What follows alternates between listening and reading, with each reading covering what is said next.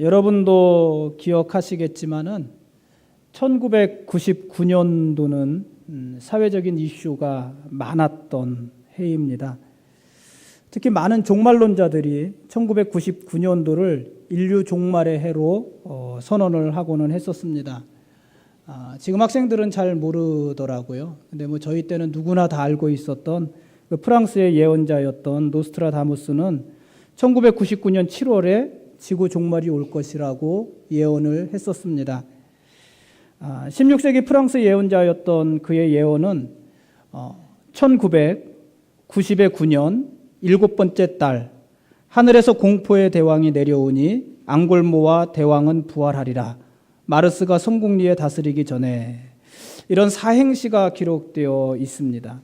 그 예언, 그 기록을 바탕으로 해서 1999년 7월에 종말론이 광범위하게 퍼지게 되었습니다. 이 노스트라다무스 말고도 많은 종말론자들이 1999년도 종말을 예언했고, 그 해에 사람들은 종말론자들의 말에 두려워했었습니다. 물론 1999년도에는 종말론만 있었던 것은 아닙니다. 여러분 혹시 Y2K라는 말 기억하십니까? Y2K. 그 당시에 가장 핫했던 키워드가 Y2K라는 단어였습니다.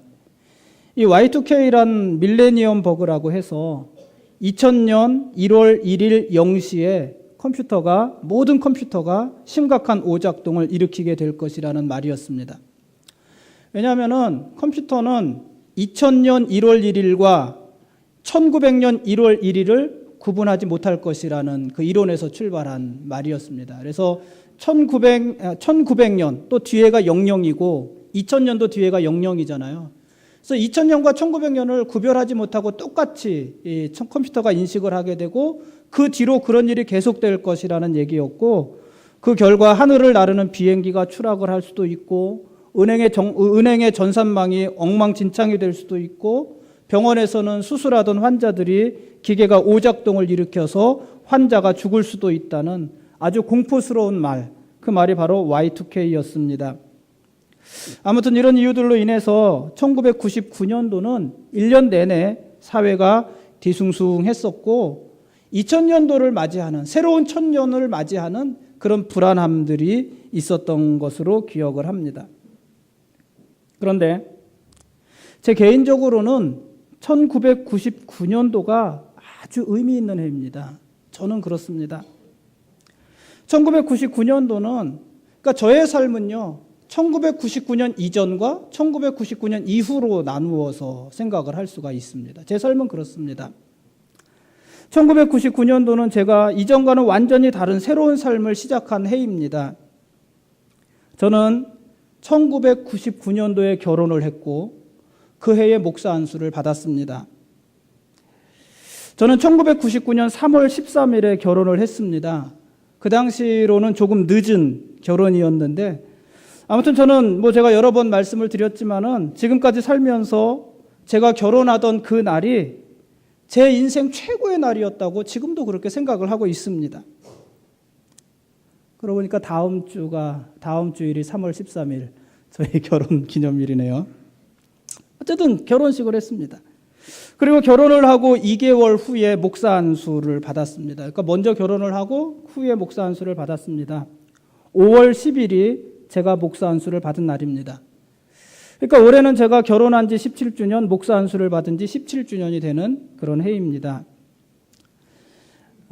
지금은 어떤지 모르겠지만 예전에는 목사가 된다고 하면 그 사람을 축하하는 말보다는 위로해주는 말을 하는 사람들이 더 많았습니다. 그러니까 목사가 돼서 축하합니다, 이런 사람보다는 목사가 돼서 힘드시겠습니다, 어렵겠습니다, 고생이 많으시겠습니다, 이렇게 위로해주는 사람들이 더 많았습니다. 힘든 길을 가게 됐다는 것입니다. 보통 목사하면 먹지 못하고 자지 못하는 사람으로 생각하던 때가 있었기 때문입니다. 또 실제로 우리 선배 목사님들은 그렇게 목회를 하시던 분들이었습니다. 그러나 지금은 꼭 그런 것 같지는 않습니다.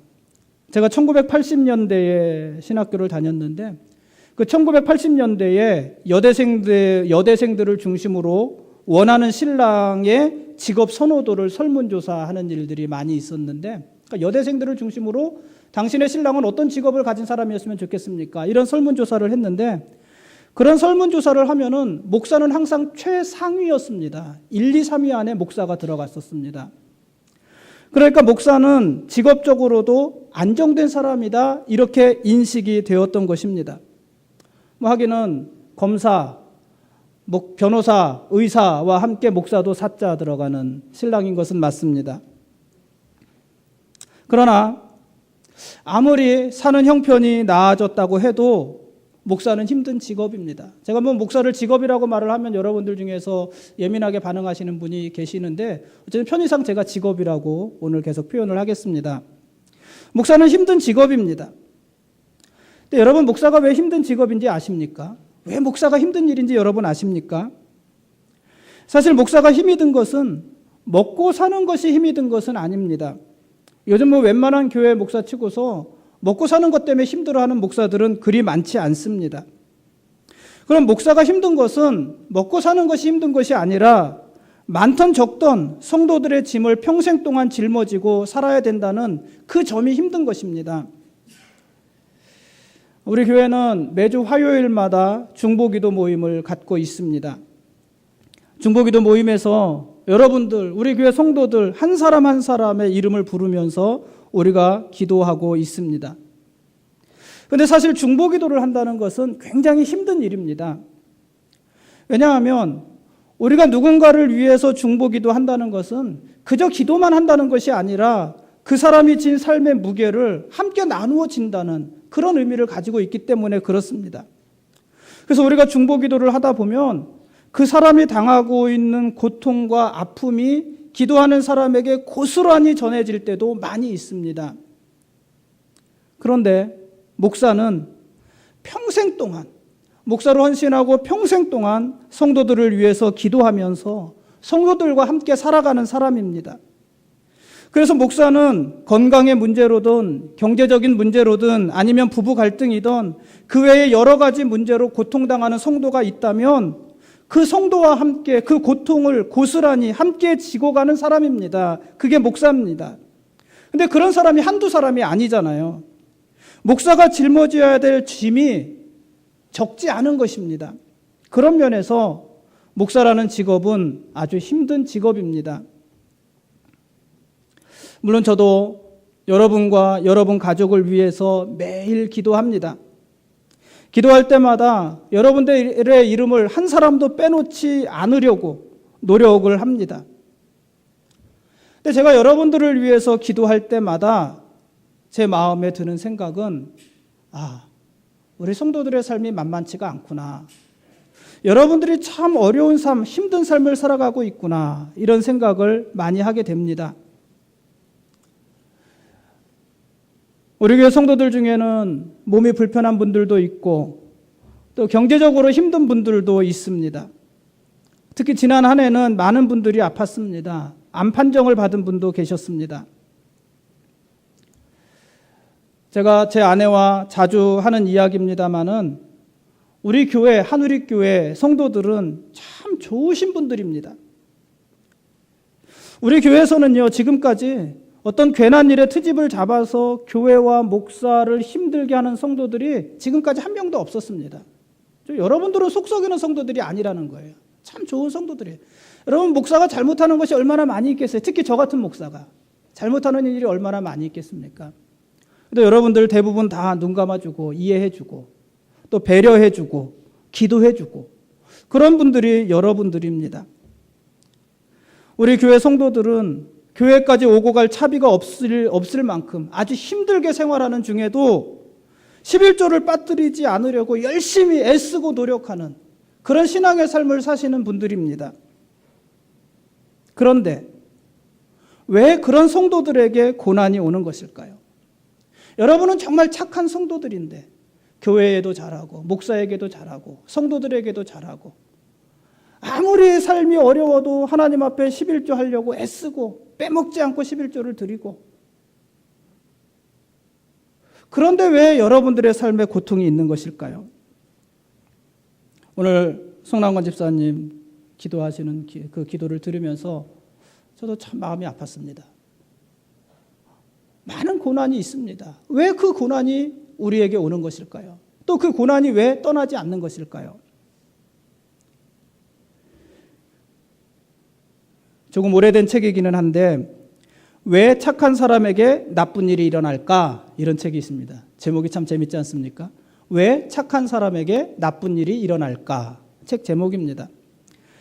헤롤드 쿠시너라는 유대인 랍비가 지은 책인데 이 책은 그 작가가 자기에게 닥친 고난, 고통 이것을 깊이 묵상하면서 지은 책입니다. 이 헤롤드 쿠시너라는 랍비에게는 아론이라는 아들이 있었는데 이 아이는 조로증이라는 병을 가지고 태어난 아이였습니다. 날 때부터 조로증을 가지고 태어난 아이였습니다. 여러분 조로증이 어떤 병입니까? 일찍 늙는 병이에요. 그러니까 일찍 늙으니까 오래 살 수도 없는 병입니다. 이 아론은 나이 10살이 됐을 때 10살이면은요 3학년 나이잖아요. 날이 10살이 됐을 때 그의 모든 신체적인 기능이 완전한 늙은이가 됐습니다. 노인이 됐습니다. 그러면서 그 키는 90cm를 넘지도 못했습니다. 그리고 그 아이는 결국 10대 초반에 죽었습니다. 이 헤롤드 쿠시너는 자기의 사랑하는 아들이 자기 눈앞에서 죽어가는 모습을 무기력하게 지켜보아야만 했습니다. 그거 외에 할 수 있는 일이 없었습니다. 부모가 죽으면 산에 묻고 자식이 죽으면 가슴에 묻는다고 그러잖아요. 죽어가는 아들을 보는 아버지의 마음은 얼마나 고통스러웠을까요? 이때의 고통을 사색하면서 지은 책이 왜 착한 사람에게 나쁜 일이 일어날까? 이런 책입니다. 달리 번역해서 나온 책도 있는데 번역에 따라서는 착한 사람이 왜 고통을 받습니까? 이렇게 번역이 되기도 했습니다. 이 책은 세계적인 베스트셀러였습니다. 물론 지금은 절판된 것 같아요. 근데 세계적인 베스트셀러인데 많은 사람이 이 책을 사서 읽은 것입니다. 왜냐하면 대부분의 사람들이 이유를 알 수 없는 고통을 당하면서 살고 있는 것입니다.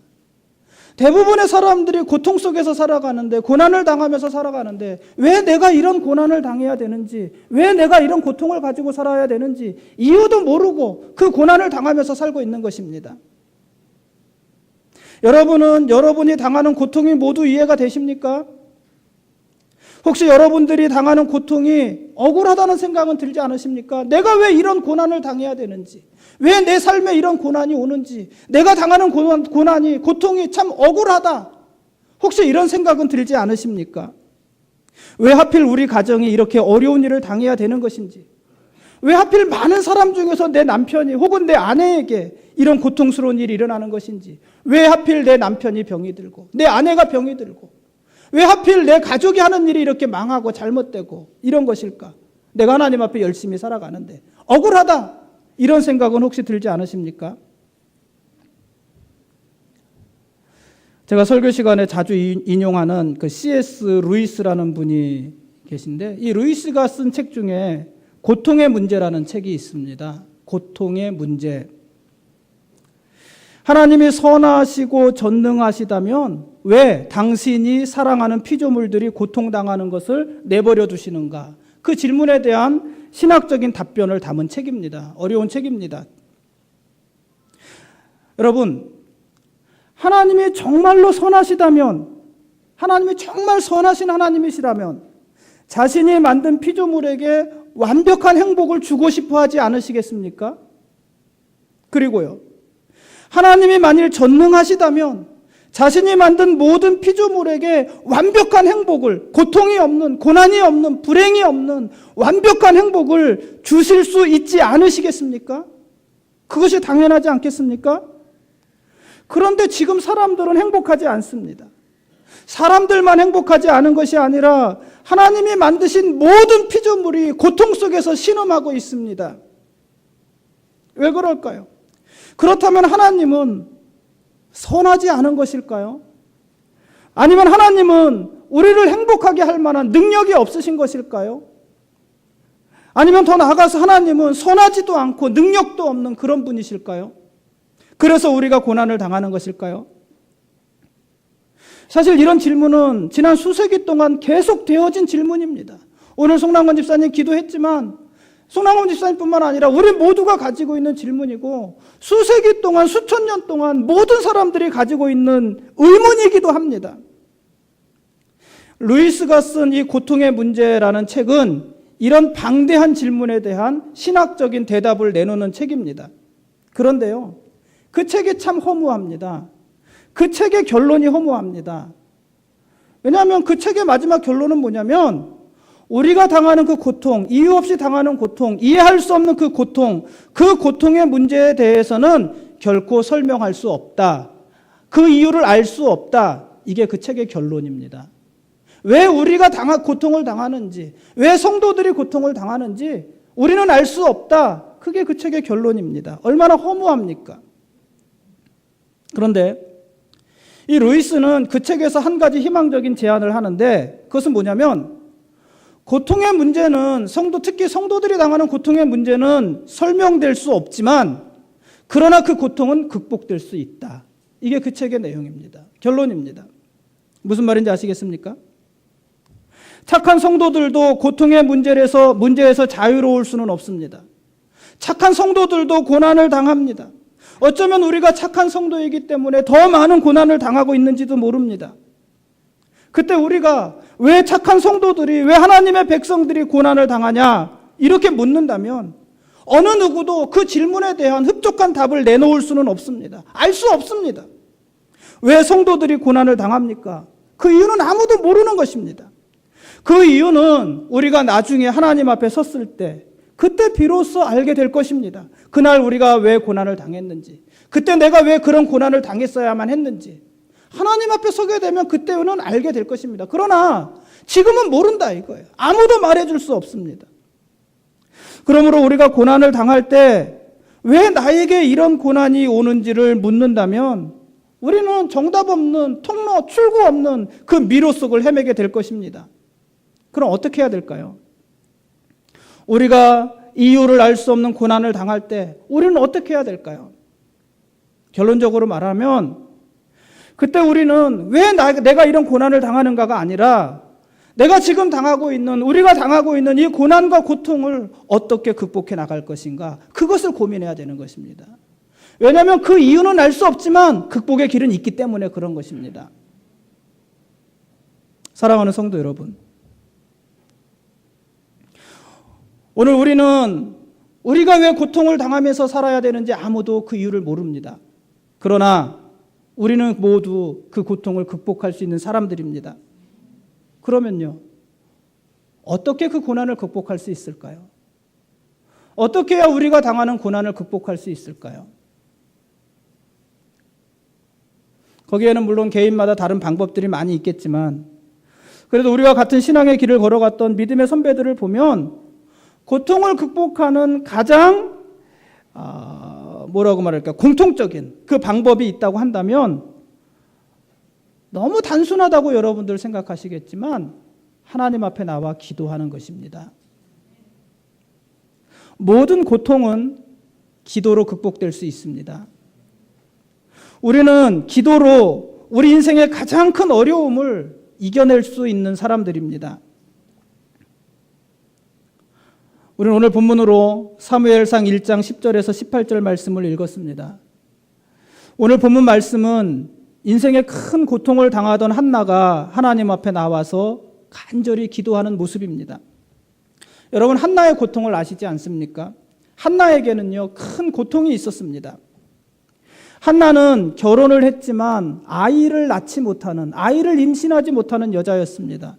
지금은 결혼을 하고서도 일부러 아이를 가지지 않는 부부도 많이 있습니다만은 한나가 살던 이 당시에는 자녀가 없다는 것은 미래가 없다는 것이었습니다. 미래가 없으니까 절망인 것입니다. 그러니까 자녀가 없다는 것은 절망이고, 그래서 자녀가 없다는 것은 큰 수치로 여겨지던 때였습니다. 그래서 성경에 보면은 아이를 낳지 못하는 여자들이 자기는 아이를 낳지 못하니까 자기 몸종을 통해서라도 아이를 낳으려고 했던 여자들이 있잖아요. 누가 그랬습니까? 아브라함의 부인인 사라가 그랬고요. 야곱의 부인이었던 라헬도 그랬습니다. 그렇게 해서라도 아이를 낳아야만 됐던 시대가 그 시대였습니다. 그렇기 때문에 한나가 결혼을 해서 아이를 임신하지 못했다는 것은 그에게는 굉장한 수치고 굉장한 고통이었을 것입니다. 그런데 한나의 고통은 그것이 전부가 아니었습니다. 한나의 남편에게는 한나 말고 또 다른 부인이 있었습니다. 그러니까 한나의 남편은 부인이 몇 명이에요? 2명이 있었던 거예요. 한나 말고 또 다른 부인이 있었던 것입니다. 한 명은 한나고 나머지 한 명은 분인나라는 여자였습니다. 그런데 자식이 없었던 한나에 비해서 분인나는 한 명도 아니고 여러 명의 자식이 이미 있었습니다. 그리고 이 분인나는 자기에게 자식이 있다는 그것을 빌미로 한나를 구박하고 괴롭히던 여자였습니다. 성경에 보면 이 남편이었던 한나의 남편은 분인나보다 한나를 더 많이 사랑했던 것 같습니다. 그러나 남편이 자기를 더 많이 사랑한다고 해서 그것이 한나에게 별 위로가 되지 않았습니다. 한나는 여자로서의 자존심이 심각하게 손상을 입었고 그의 마음에는 깊은 상처가 생겼고 하루하루 고통스러운 날들을 보냈습니다. 그런데 한나는 이런 극심한 고통을 기도로 극복한 것입니다. 그리고 우리는 지금까지 한나를 말을 할 때 뭐라고 말을 합니까? 한나는 사무엘의 어머니다. 한나는 사무엘의 어머니라는 그런 칭송을 지금까지도 받고 있는 것입니다. 오늘 우리가 읽은 본문 말씀에 보면 그 당시 한나가 얼마나 간절히 기도를 드렸는지 알 수 있습니다. 오늘 본문 10절에 보면 이렇게 기록을 했습니다. 한나가 마음이 괴로워서 여호와께 기도하고 뭐 했어요? 통곡하며. 한나는 자기의 모든 괴로움을 기도했는데 어떻게 기도했냐면 통곡하면서 기도했다 이렇게 말을 하고 있어요. 여러분 통곡하며 기도해 보셨습니까? 한나는 자기가 당하는 괴로움, 자기가 당하는 고통, 자기가 당하는 그 수치스러운 일들이 너무 괴로워서 마음이 너무 힘들어서 여호와께 기도하고 통곡했다, 통곡하며 기도했다 이렇게 말을 합니다. 물론 한나가 통곡하며 기도했다는 것이 무작정 소리만 지르면서 미친 듯이 울부짖기만 했다는 것은 아닙니다. 본문 13절에 보면 한나는 속으로도 기도했습니다. 이렇게 말을 했습니다. 한나가 속으로 말하며 입술만 움직이고 음성은 들리지 아니하므로 엘리는 그가 취한 줄로 생각한지라. 한나는요 자신의 괴로운 심정을 통곡하며 기도했고 때로는 속으로 기도했습니다. 속으로 기도했지만 그 입술은 어떻게 했어요? 계속해서 움직였습니다. 입술만 움직이고 입술은 계속해서 움직인 것입니다. 그래서 그 모습이요 마치 어떤 모습과 같았냐면 술에 취한 사람과 같았습니다. 물론 한나는 술 취한 것이 아닙니다. 취했다면 오히려 어디에 취한 것입니까? 성령에 취해 있었던 것입니다. 여러분 성령에 취하든 술에 취하든요 취한 자에게 나타나는 그런 모습은요 비슷해요. 취한 자가 보이는 반응들은 비슷해요. 그렇죠? 그래서 술 취하는 사람, 술에 잘 취하는 사람은요 성령에도 잘 취하실 수 있어요. 희망을 가지십시오. 술에 깊이 취해본 사람은요 성령에도 깊이 취하실 수 있어요. 왜냐하면 취했다는 그 증상이 같아요. 그래서 에베소서에 보면은 에베소서 5장 18절에 보면은 성령 충만을 뭐와 대조를 하냐면 술 취함과 대조를 하잖아요. 그렇죠? 술 취하지 말라 이는 악한 것이니 오직 성령의 충만을 받으라. 술 취함과 성령 충만함을 비교한단 말이에요. 아무튼 한나가 기도하는 모습은 무엇에 취한 것과 같은 모습이었습니다. 그만큼 깊이 기도한 것입니다. 취해서 기도한 것입니다. 그래서 그 당시 대제사장이었던 엘리마저도 한나를 술에 취한 여자 취급을 했던 것입니다. 사랑하는 성도 여러분, 여러분은 이렇게 간절히 기도해 보셨습니까? 사랑하는 성도 여러분, 하루하루 지내기가 얼마나 고되고 힘이 드십니까? 제가 여러분을 위해서 기도할 때마다 그 마음들이 느껴지는데 실제로 그런 힘든 삶을 살아가는 여러분들은 얼마나 더 고되고 힘드십니까? 그런데 여러분은 여러분의 삶이 그렇게 고되고 힘든 만큼 하나님 앞에 나와서 마치 술 취한 사람처럼 기도에 취해서 기도해 본 적이 있으십니까? 여러분 속에 있는 고통과 분노와 절망과 모든 염려와 슬픔과 아픔을 다 꺼내놓고 하나님 앞에 통곡하면서 기도해 본 적이 있으십니까? 시편 32장 3절에서 다윗은 이렇게 기도했습니다. 내가 입을 열지 아니할 때에 종일 신음함으로 내 뼈가 쇠하였도다. 우리 이 개역개정 성경에는 내가 입을 열지 아니할 때에 이렇게 말을 했는데, 우리가 예전에 보던 그 개역 성경에서는 이 말을 뭐라고 표현했냐면 토설한다고 표현을 했어요. 내가 토설하지 아니할 때, 토설하지 아니하면 이렇게 막 표현을 했어요. 여러분, 토설한다는 것이 뭘까요? 토설. 벌써 이 토설 말 자체가 강하잖아요. 이 토설한다는 것은요, 토해낸다는 거거든요. 근데 뭐를 토해낸다는 것이냐면 우리들 속에 숨겨진 어떤 것들을 다 토해낸다는 거예요. 내 속에 숨겨진 것들, 내 속에 감추어진 것들, 내 속에 있는 염려와 슬픔과 고통, 그 모든 것들을 다 토해내서 밝혀낸다는 것이에요. 그게 토설하는 것입니다. 그러니까 다윗은 자기 마음속 깊은 곳에 감추어진 것까지 하나님께 다 토해서 밝히 말했다는 것이고, 내가 만일 그렇게 기도하지 않는다면 내 뼈가 녹아나는 것 같은 고통에 하루 종일 신음할 것이다. 이렇게 기도하고 있는 것이에요. 다윗은 시편 62장 8절에서는 이렇게도 기도했습니다. 백성들아, 시시로 그를 의지하고 그의 앞에 마음을 뭐하라? 토하라. 하나님은 우리의 피난처시로다. 하나님 앞에 마음에 있는 모든 것을 토해내라. 이렇게 권면하는 것입니다.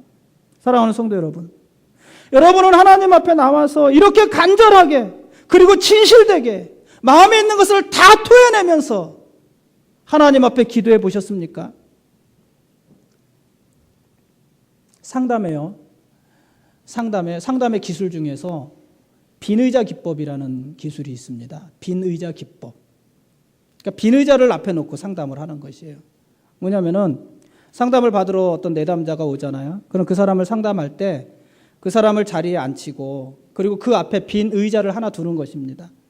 그리고 그 의자에 상상의 사람을 앉히는 거예요. 어떤 사람이냐면 자기가 생각할 때 임의의 사람을 앉히는 것인데, 자기가 모든 것, 어떠한 것이든지 말하면 다 받아줄 수 있을 것 같은 사람, 그 사람을 그 자리에 앉히는 것이에요.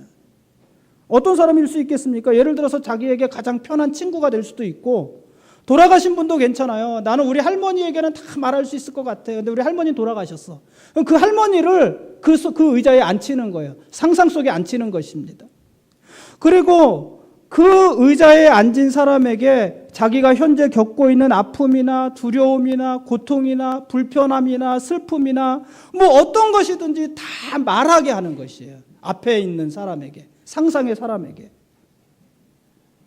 그러니까 이거를 독백이라고 할 수도 있고, 근데 또 어떻게 보면 의자에 누구 앉아 있는 것을 가정하는 것이니까 독백이 아니라 대화이기도 하고 그렇습니다. 그런데요, 사람에 따라서는 이 빈의자 기법이 아주 효과적인 사람들이 있습니다.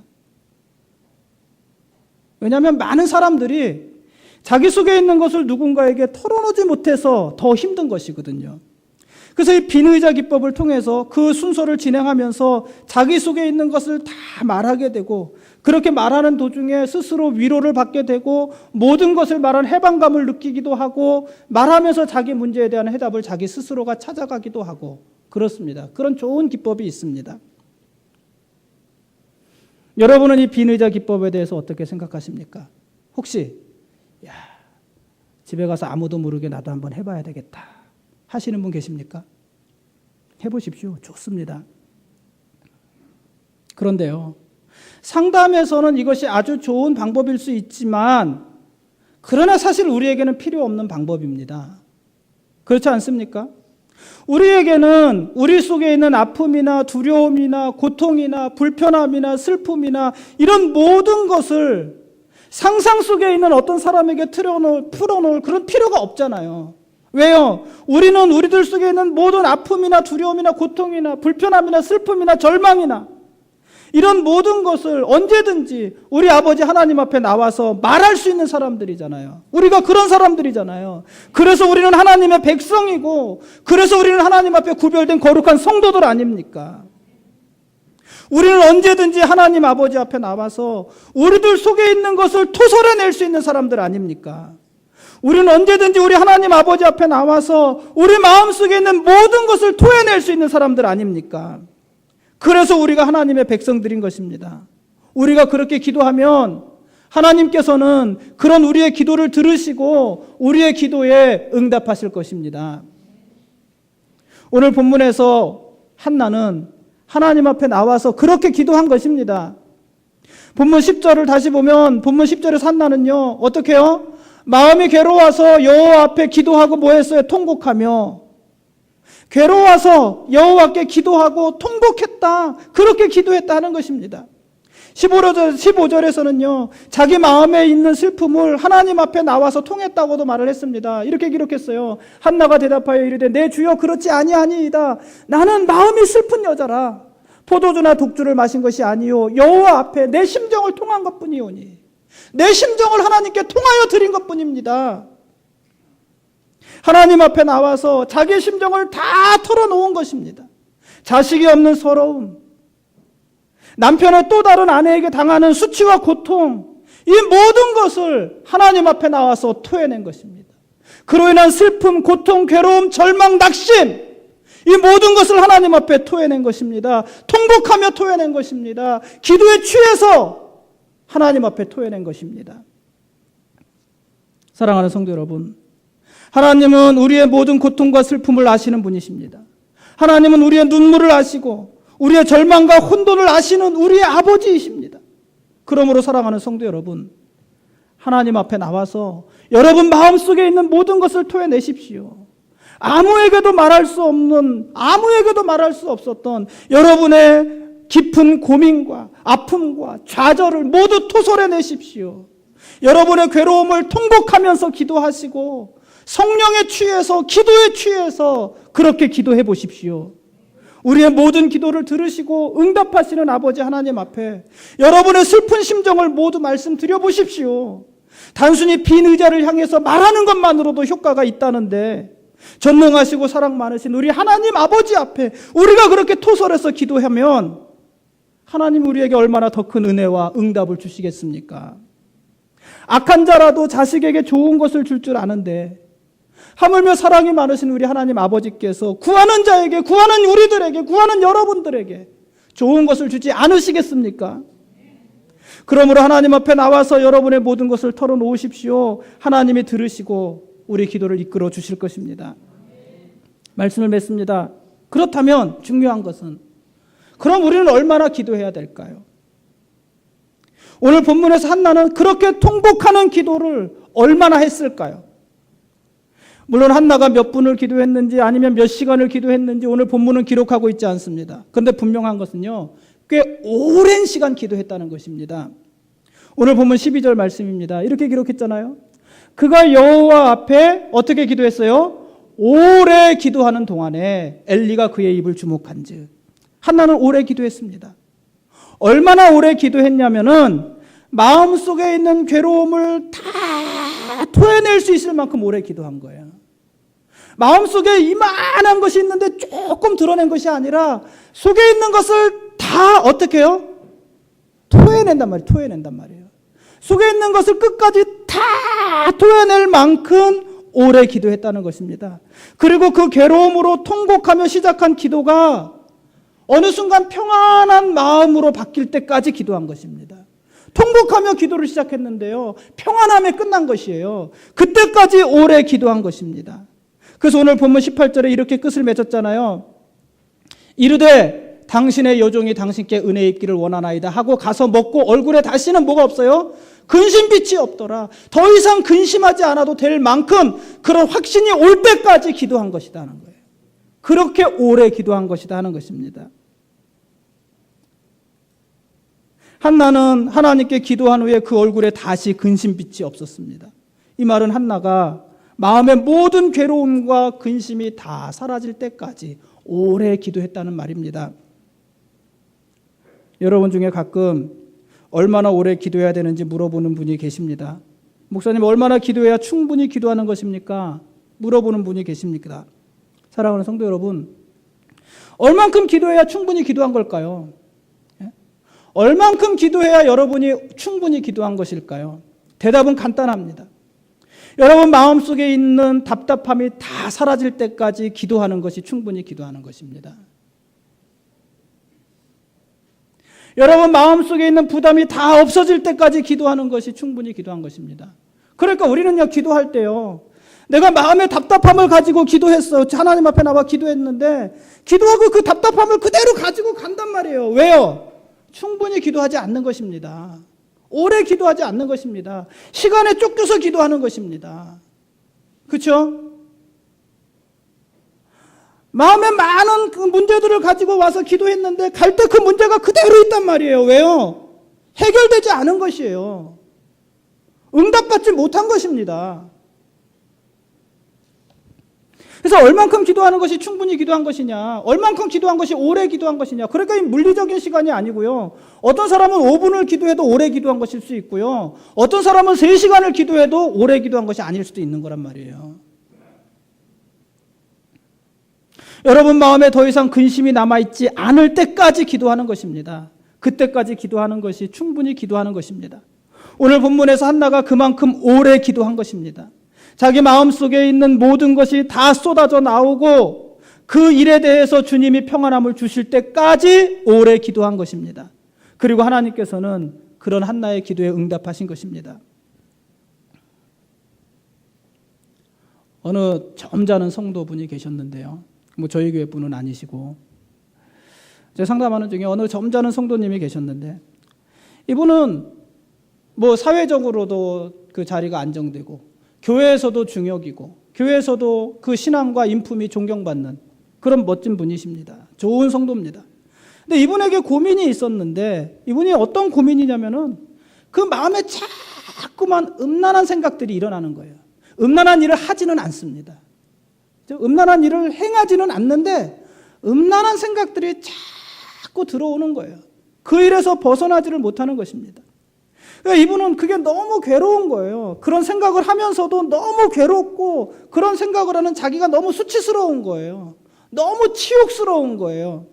그래서 이 성도는 그 생각을 떨쳐버리기 위해서 여러 가지로 애쓰고 수고했습니다. 운동도 해보고요, 상담사를 찾아가서 상담도 받아보았습니다. 그래도 안 되는 거예요. 소용이 없는 거예요.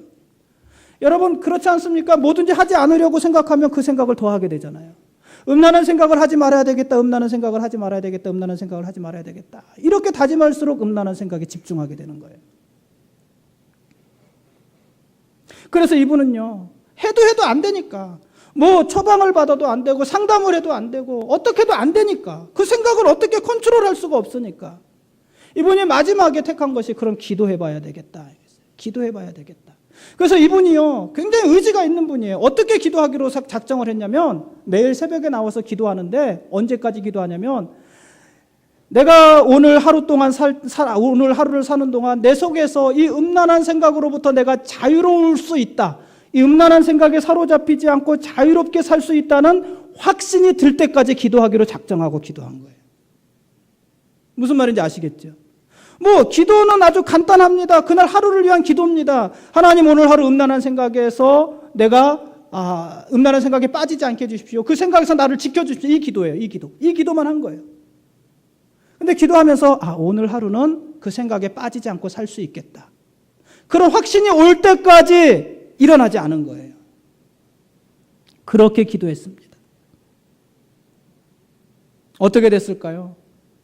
그렇게 매일 기도하는데, 물론 이게 처음엔 잘 안 돼요. 기도를 오래 하는 것도 잘 안 되고, 기도하면서 확신을 가지고 오늘은 하나님이 내 마음을 지켜주겠다는 확신을 가지고 일어났는데 그날 하루 또 넘어지는 거예요. 실패하는 거예요. 그래도 어쨌든 그 기도하는 시간에 하나님이 확신을 주실 때까지 계속해서 그 기도를 했어요. 하나님, 내 생각을 지켜주십시오. 내 마음을 지켜주십시오. 오늘 하루는 내가 살 수 있겠구나, 이런 생각이 들면 일어났습니다. 그리고 일과를 시작했습니다. 어느 날은 뭐 1시간도 기도하고, 어느 날은 2시간도 기도하고. 그런데요, 그렇게 매일같이 기도하는 어느 순간부터요, 이분 마음속에 음란한 생각이 사라진 것이 아니라, 음란한 생각이 떠나가는 것이 아니라 이분 마음속에 좋은 생각이 들기 시작하더라는 거예요. 좋은 생각. 예전에는 이렇게 지나가다가 아주 이쁜 옷을 입고 그리고 아주 날씬하게 생긴 아가씨가 지나가는 그 모습을 보면 자기 마음에 나쁜 생각들이 막 들었었는데, 언제부턴가 그런 아가씨를 봐도 나쁜 생각이 아니라, 야, 저 자매 참 이쁘다. 옷을 참 세련되게 입었다. 아, 참 멋있다. 이렇게 생각이 되더라는 거예요. 그렇게 생각이 바뀌어가기 시작하더라는 것입니다. 하나님께서 매일 기도하는 그분의 기도에 응답하신 것입니다. 그 생각을 지켜주신 거예요. 생각을 바꿔주신 것이. 보는 눈을 바꿔주신 거예요.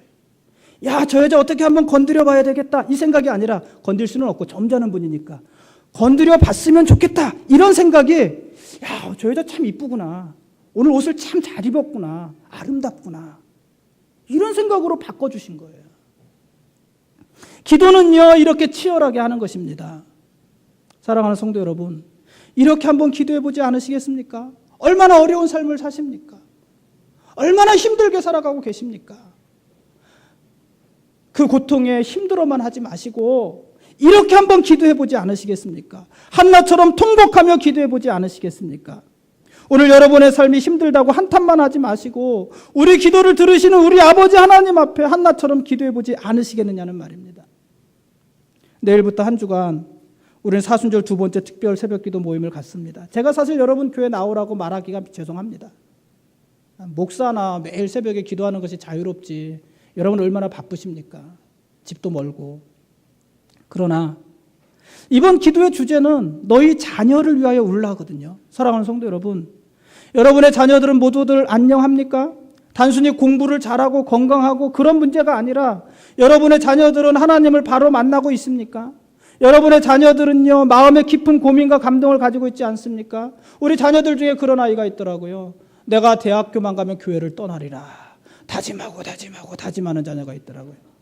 내가 지금은 엄마 때문에 아빠 때문에 어쩔 수 없이 교회 나오지만 내가 대학생만 되면 교회를 떠나가리라. 예배의 자리를 박차고 나가리라.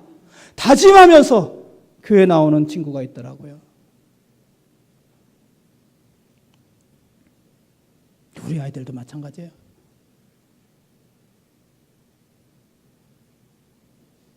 혹시 여러분의 자녀들은 마음의 깊은 고민과 갈등을 가지고 있지는 않습니까?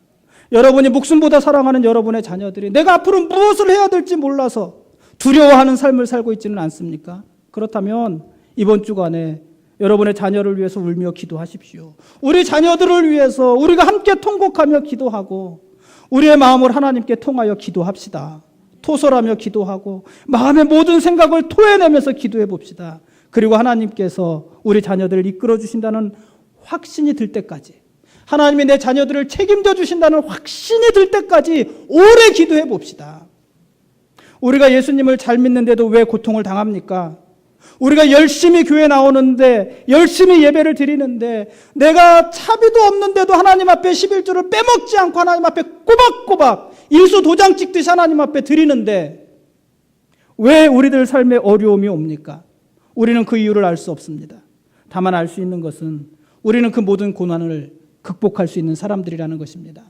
우리는 다만 기도함으로 우리가 당하는 모든 고통과 고난을 극복할 수 있습니다. 그게 우리의 믿음입니다.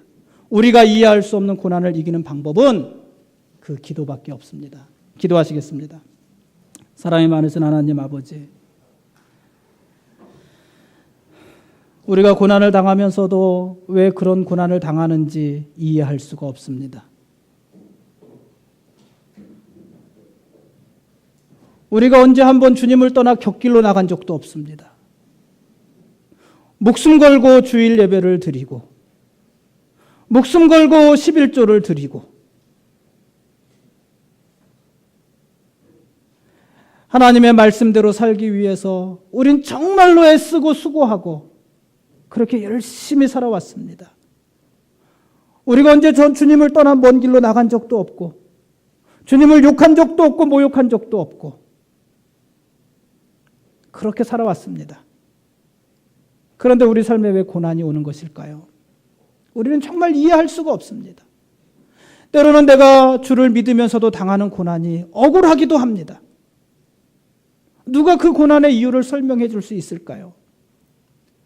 우리가 하나님 앞에 설 때까지 우리는 그 이유를 알 수도 없을 것입니다. 하나님, 그러나 우리가 그 이유는 알 수 없지만 그 고난을 극복할 힘은 하나님이 주셔서 감사합니다. 우리가 하나님 앞에 통곡하며 기도할 때, 토설하며 기도할 때 하나님께서 우리를 도우시고 우리에게 새 힘을 주시고 그 고난에 잠겨, 그 고난에 걸려 넘어지지 않게 하시고 고난 속에서도 우리가 이기게 하시고 일어서게 하시고 고난 속에서도 절망하지 않고 내일을 바라보며 소망하게 하시고 이런 모든 새로운 힘이 기도할 때 우리에게 주시는 하나님의 은혜인 것을 우리가 오늘 살폈습니다. 하나님, 한나와 같은 심정으로 우리도 기도하게 하여 주옵소서. 다윗처럼 토설하며 하나님 앞에 기도할 수 있게 하여 주옵소서. 우리가 그렇게 기도할 때 하나님 우리에게 긍휼하심과 은총을 베풀어 주옵소서. 예수 그리스도의 이름으로 기도드렸사옵나이다. 아멘.